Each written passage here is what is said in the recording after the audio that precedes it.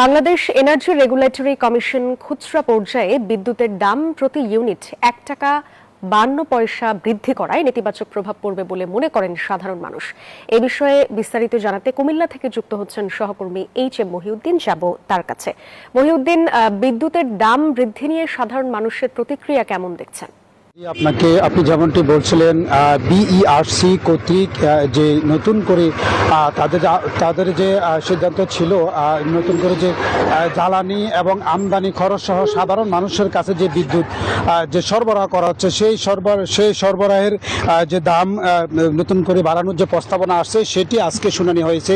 সেই শুনানির মধ্য দিয়েই কিন্তু সাধারণ মানুষ যে আতঙ্কে রয়েছে। আসলে কিছুদিন আগেই যে পেট্রো বাংলা কর্তৃক যে জ্বালানির দাম বৃদ্ধি করা হয়েছে, সেই বৃদ্ধির পরে নতুন করে এই যে বিদ্যুতের দাম বাড়ানো হচ্ছে, সাধারণ মানুষ সেটি আসলে আতঙ্কিত রয়েছে। বিশেষ করে সাধারণ ভোক্তা, আবাসিক এবং যে ক্ষুদ্র উদ্যোক্তারা রয়েছে, তারাই কিন্তু এই বিদ্যুতের যে নতুন করে উদ্যোগ নিচ্ছে সেটিকে আসলে তারা নেতিবাচক দেখছেন। বিশেষ করে আমি এই মুহূর্তে অবস্থান করছি কুমিল্লা পাওয়ার গ্রিড বাংলাদেশ পিএলসির যে কুমিল্লা দক্ষিণাঞ্চলের যে ১৩২ এবং ১৩৩ কেবির যে গ্রিড উপকেন্দ্র রয়েছে, সেই উপকেন্দ্রের সামনে। এখান থেকে কুমিল্লার যে চাহিদা রয়েছে সেই চাহিদাটি মেটানো হচ্ছে।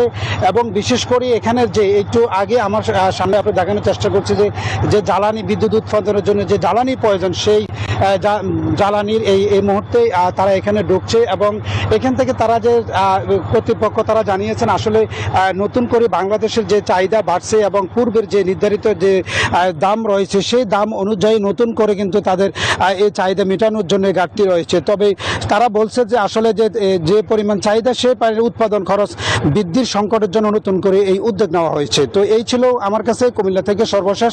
চলে যাচ্ছি স্টুডিওতে। সাদিয়া। মহিউদ্দিন, ধন্যবাদ আপনাকে।